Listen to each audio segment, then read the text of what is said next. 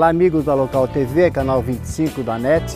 Estamos hoje aqui no seminário, no antigo prédio do seminário diocesano, hoje sede da zoonose e da vigilância epidemiológica. A nossa entrevista hoje é muito interessante.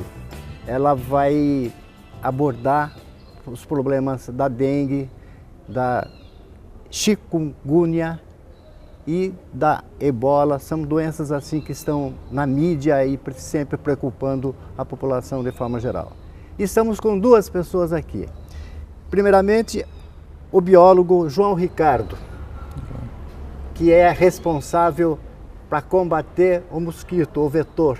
Exato. Temos aqui também o médico, o Dr. Pedro Borges, que tem a função, se escapar do Pedro, ele responde pela cura, pelo tratamento. Então são duas pessoas muito importantes na defesa da nossa sociedade em relação a possíveis epidemias, a possíveis doenças. Muito obrigado pela presença de vocês, por tirarem um tempinho do trabalho de vocês e dedicarem a essa nossa entrevista. Prazer nosso. A televisão hoje vem noticiando com frequência a aproximação dessas doenças, a presença dessas doenças no mundo. Nós temos algum risco aqui em relação à ebola, em relação à chikungunya e mesmo um agravamento da dengue? Existe alguma possibilidade ou ainda estamos dentro de um plano normal? Uma coisa que chama atenção e é importante que se diga que a dengue é uma doença endêmica hoje no Brasil.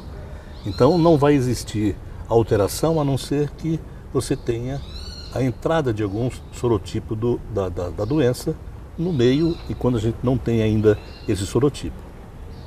Com relação especificamente à febre de chikungunya e à ebola, isso é um acometimento que ainda não existe dentro da nossa realidade, apesar de que já tivemos um caso na nossa região de uma pessoa que foi ao Haiti, então ele veio com uma doença para cá, então já foi confirmado, mas nós não temos ainda a circulação do vírus, tanto do vírus da chikungunya quanto do vírus da ebola, graças a Deus.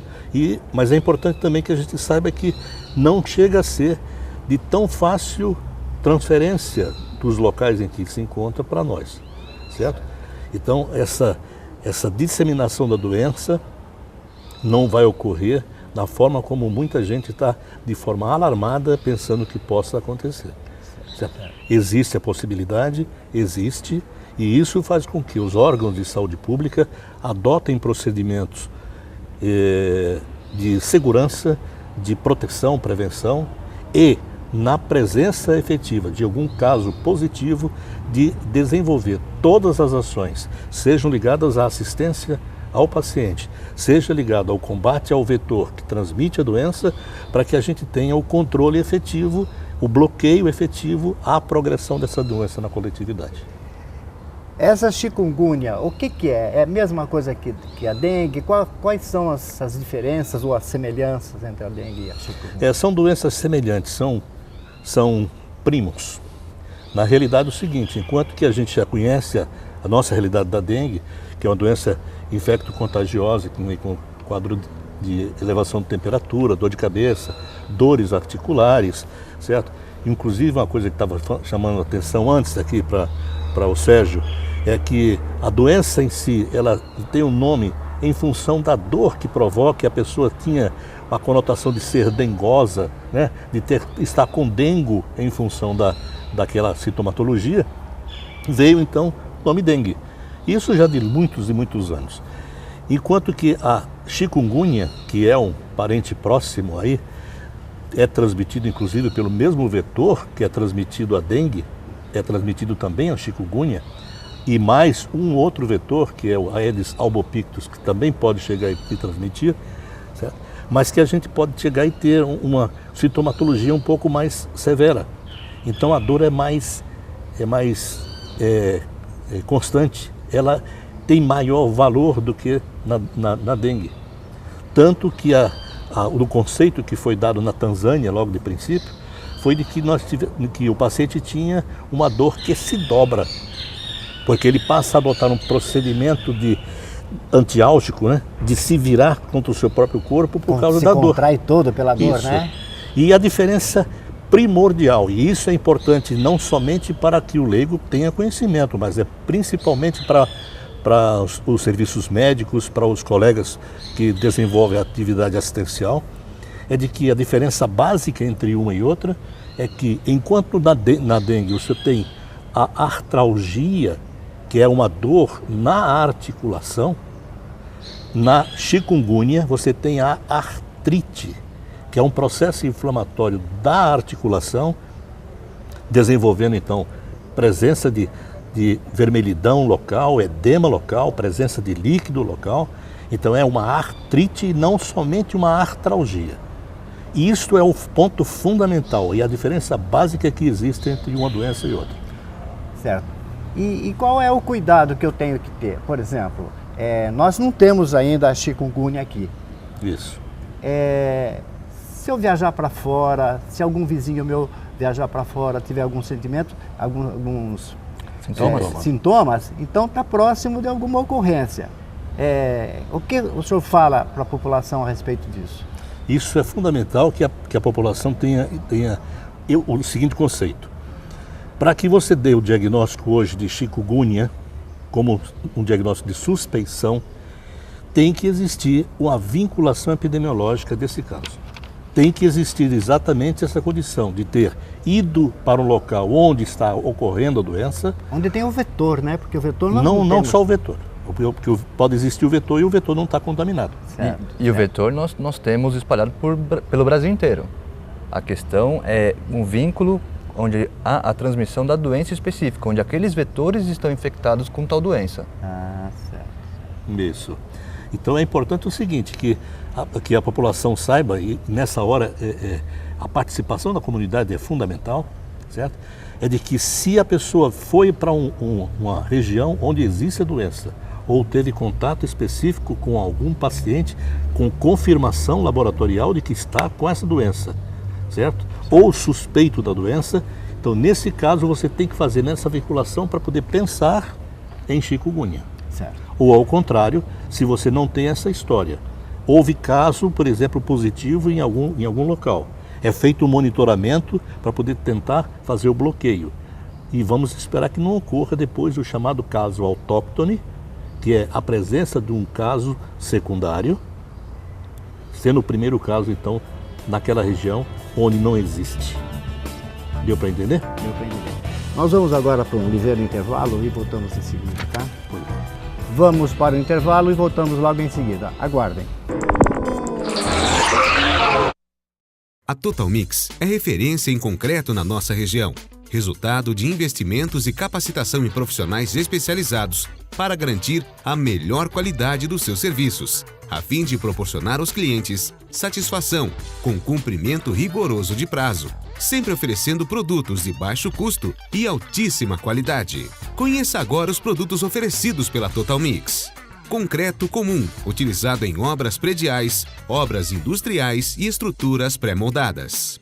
Concreto de alto desempenho para obras prediais, obras marítimas e construções pesadas. Concreto colorido para pisos, fachadas e muretas. Concreto impermeável, ideal para reservatórios, barragens e piscinas. Concreto poroso para enchimentos de lajes. Além de concretos para pavimentações com adições de fibra, além de autodensável. Para conhecer mais sobre os produtos da Total Mix e suas vantagens, acesse www.totalmix.com.br. Total Mix, concreto na medida certa para sua obra. Rua Anália Pereira, 1399, contato 15 3242 7888. Estamos de volta ao programa Cenário, hoje ouvindo um médico e um biólogo sobre as doenças que pairam no ar. Algumas já realidade, como a dengue, e outras ainda na fase de notícias. Dr. Pedro Borges,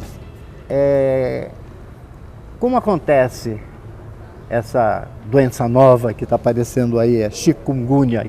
Nem o nome o pessoal sabe ainda direito. Na realidade a febre de chikungunya é uma doença viral, certo? É provocada por um vírus muito semelhante, inclusive, ao vírus da dengue, com sintomatologia também muito própria, muito semelhante também da dengue, com essa diferença que já foi comentada sobre a artralgia e a artrite, com um tempo de incubação que leva aproximadamente, após o indivíduo ser picado pelo mosquito contaminado, leva em torno de 3 a 7 dias para início dos sintomas. Só que, para alguns casos, ele pode variar de 2 até 14 dias. Então, se a pessoa for para algum local onde tenha a doença e veio, ele tem que chegar aqui e ficar pelo menos de observação e monitoramento durante um período de pelo menos 21 dias, para poder chegar e ter a certeza de que, durante aquele período, não tendo desenvolvido sintomatologia, ele está livre de ter sido contaminado no local onde ele viajou. Quais são esses locais? Tem mais ou menos um limite? Tem. O limite hoje, por exemplo, que está acontecendo no país como um todo, é em todos os países que tenham uma temperatura semelhante à do Brasil. Temperatura quente, com chuva, propiciando o aparecimento do mosquito. Não, que há casos assim, muitos casos, na América do Sul existe essa doença já? Já existe, em todos os continentes, certo? A febre de chikungunya existe em todos os continentes. E é importante saber o seguinte, no caso que ela tem aí uma acentuação hoje, aqui nos países da América, ali na América Caribe, Central, né? na América Central, certo? Que foi onde já aconteceram 130 mil casos só neste ano. Na América Central? América Central e Caribe. Isso. Caribe. E Caribe. Que inclui a área do Haiti, as diversas ilhas que são, inclusive, bastante turísticas, com um fluxo bastante grande de turistas. Dominica, sabe aquela história? Fora São isso, Martin. países da África, alguns deles com a transmissão caracterizada e outros da Ásia também. O importante é saber o seguinte, que essa é uma linha. Se for fazer uma faixa no globo, seria, por exemplo, toda aquela região setentrional. Que acompanha a linha do Equador, basicamente. Isso. Né? Certo. Então, no caso, havendo a picada do inseto contaminado, a pessoa então pode chegar a desenvolver a clínica em torno de 3 a 7 dias depois. Iniciado essa clínica de dor, febre e assim por diante, então ele tem em torno de aproximadamente 14 dias para que ele possa passar do período crítico até a sua ausência de sintomatologia, voltando à cura. A diferença básica que existe entre uma doença como a nossa, que já está tão familiarizada, que é a dengue, é de que, no caso, a febre de chikungunya pode fazer com que o indivíduo fique com uma sintomatologia posterior à doença aguda. Depois dos 14 dias. Depois dos 14 dias, certo? Então ele pode ter alguma sintomatologia que venha necessitar de um acompanhamento. E é muito grave esse momento crônico da doença? Se houver a cronificação da doença, haverá consequência a dor localizada que pode durar meses ou até anos, e essa dor pode ser tamanha que torne o indivíduo até com incapacidade ao desenvolvimento funcional, à mobilidade, a toda a sua tranquilidade em termos de vida comum. E nós estamos preparados, e essa pergunta agora vale para os dois, como que nós estamos preparados para manter meio afastada essa doença da gente? Eu vou falar aqui uma parte, depois que ele fale da ação em si com relação ao vetor. Com relação à parte assistencial, o próprio Ministério da Saúde já lançou boletins e está mantendo atualização diária para todos os serviços de saúde do país, seja para serviço público, seja para serviço privado, informando inclusive quais as ações que deverão ser adotadas diante de um caso suspeito da doença ou um caso confirmado da doença. Certo? O Brasil inteiro hoje tem preparo suficiente pela informação que já foi passada, pelos treinamentos que já foram desenvolvidos. Inclusive, nós fizemos agora recentemente um treinamento aqui no seminário, envolvendo todos os elementos, todos os representantes de hospitais do município, de clínicas, de uma clínica particular de uma forma geral, e principalmente do serviço público, no sentido de dar a condição e preparar o profissional a saber, identificando a doença, enfrentá-la.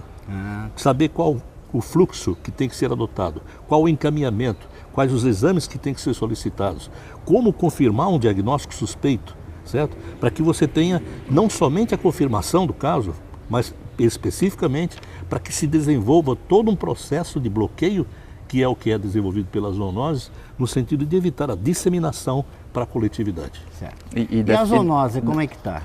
Dessa forma como o Dr. Pedro comentou, tem uma caracterização do que é um suspeito, que vai incluir a questão da febre alta, da dor articular localizada e, com isso, a coleta de amostra e encaminhamento para laboratório para confirmação ou não. Já nessa situação de suspeito do paciente, nós do controle de vetor somos avisados e a gente desencadeia as ações de controle para evitar a transmissão local. Essas ações de controle incluem, basicamente, a remoção de criadouros, porque, como a gente disse, tanto o Aedes aegypti, que é o mosquito transmissor da dengue também, como um primo próximo dele, o Aedes albopictus, são vetores capacitados para transmitir essas doenças. E as ações de controle, basicamente, resumem-se à remoção de criadouros, aqueles recipientes que estão com água acumulada, onde os mosquitos... Continua valendo toda aquela... As medidas de controle são equivalentes. Certo. São equivalentes. Como o vetor, basicamente, é o mesmo, as ações de controle também são. Então, aqueles recipientes com água parada que estão nos quintais, caixas d'água destampadas, calhas entupidas ou outros que acumulem água, são removidos e, posteriormente, a aplicação do inseticida espacial na intenção de matar aquele mosquito adulto lá, o alado, infectado, para evitar a disseminação para outras pessoas.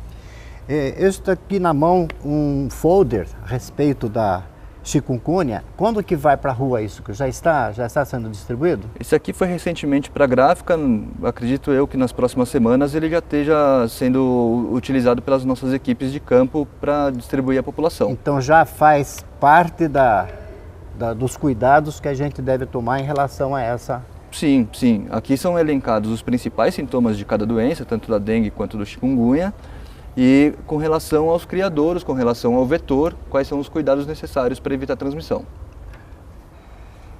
Nesse caso que aconteceu, foi em Sorocaba que aconteceu um caso de chikungunya? Então, foi na cidade de Araçoiaba. Araçoiaba. E lá já foi feito todo o trabalho lá em cima do foco, sim, do possível foco? Sim. Se bem que não é foco, ele veio com a doença, mas ele pode gerar um foco, né? Como foi um caso importado, ele é um paciente que já veio infectado do país onde ele viajou, retornou ao município de residência com a circulação de vírus, manifestando a doença nessa localidade.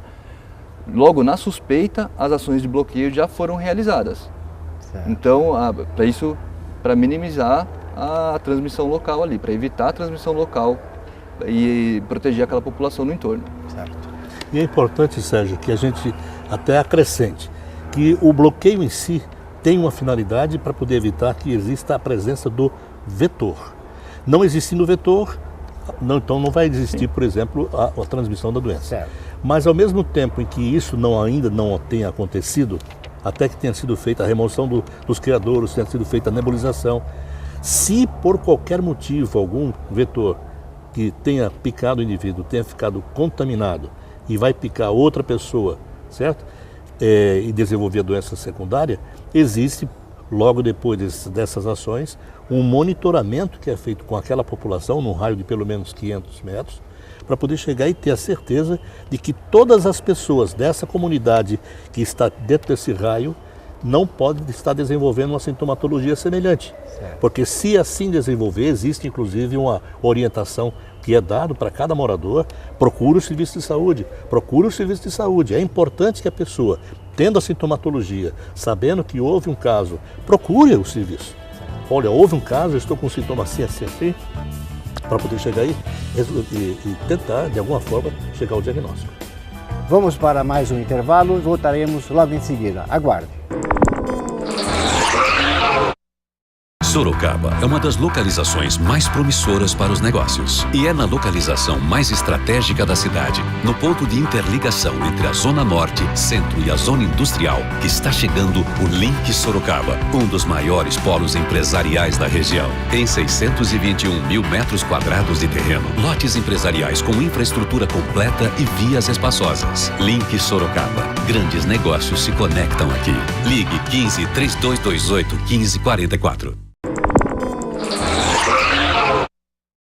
Estamos de volta ao programa Cenário e hoje estamos entrevistando o biólogo João Ricardo e o médico Pedro Borges sobre as providências que Sorocaba está adotando, que a região está adotando em relação a essas novas doenças que vêm sendo transmitidas por mosquitos, não só no Brasil, como em países vizinhos, em continentes vizinhos.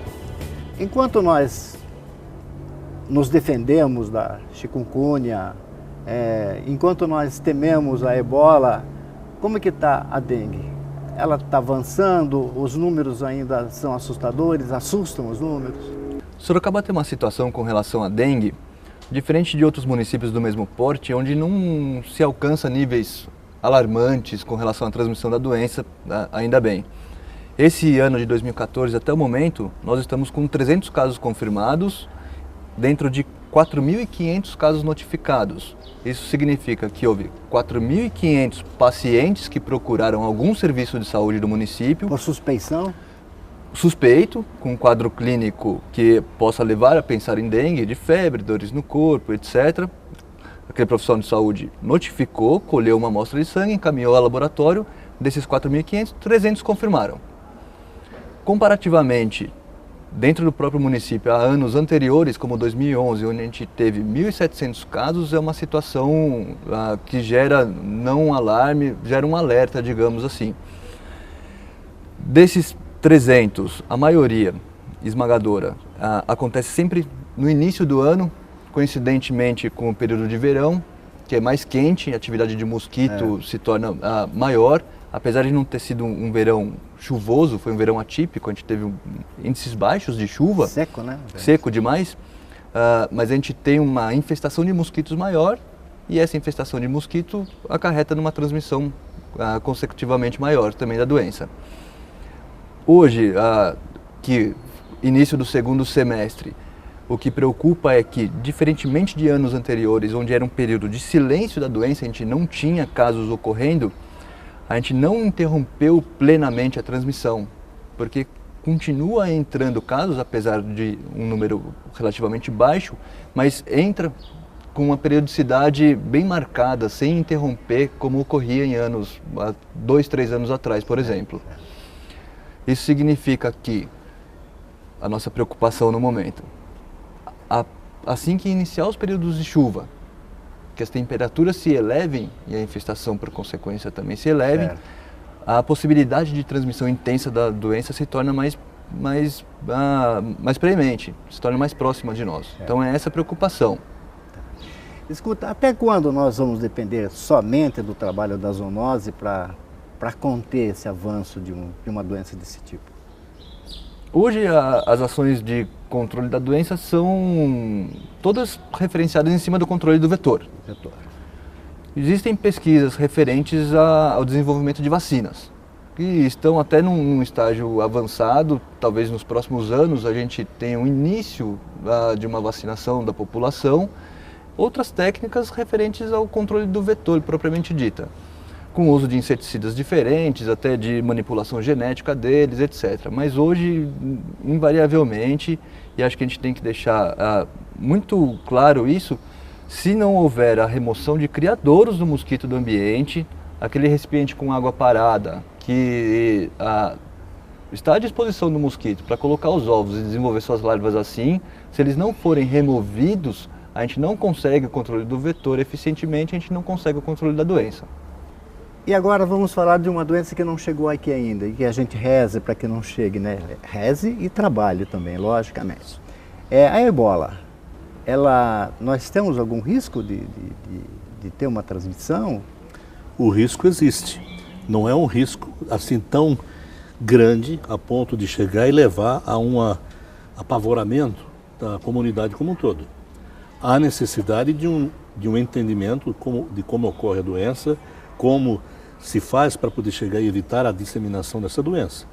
E com certeza, apesar das dificuldades em termos de condições efetivas da parte assistencial nas áreas que foram comprometidas lá na África, está havendo, até por uma condição de auxílio internacional, uma tentativa de bloqueio naquelas regiões, sitiando essa doença naquelas regiões e impedindo a disseminação para o mundo inteiro.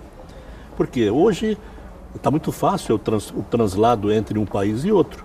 Então, se a pessoa que está numa região que tem comprometimento e vem para um país como o nosso e desenvolve a doença aqui, se a pessoa não tiver o pensar na doença, o diagnosticar com rapidez, o isolamento do paciente, usar todo o fluxo, toda a parte de orientação que tem que existir para poder tratar essa doença, se não for feito de maneira correta, pode sim haver uma disseminação.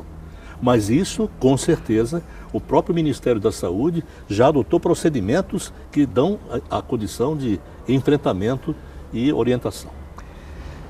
João Ricardo, Dr. Pedro, muito obrigado pela presença aqui. Foi muito importante pela orientação que nós oferecemos ao nosso telespectador. Muito obrigado, então. Nós que agradecemos. Obrigado a todos. Obrigado. E assim nós encerramos mais um programa Cenário. Muito obrigado pela audiência e até a próxima semana.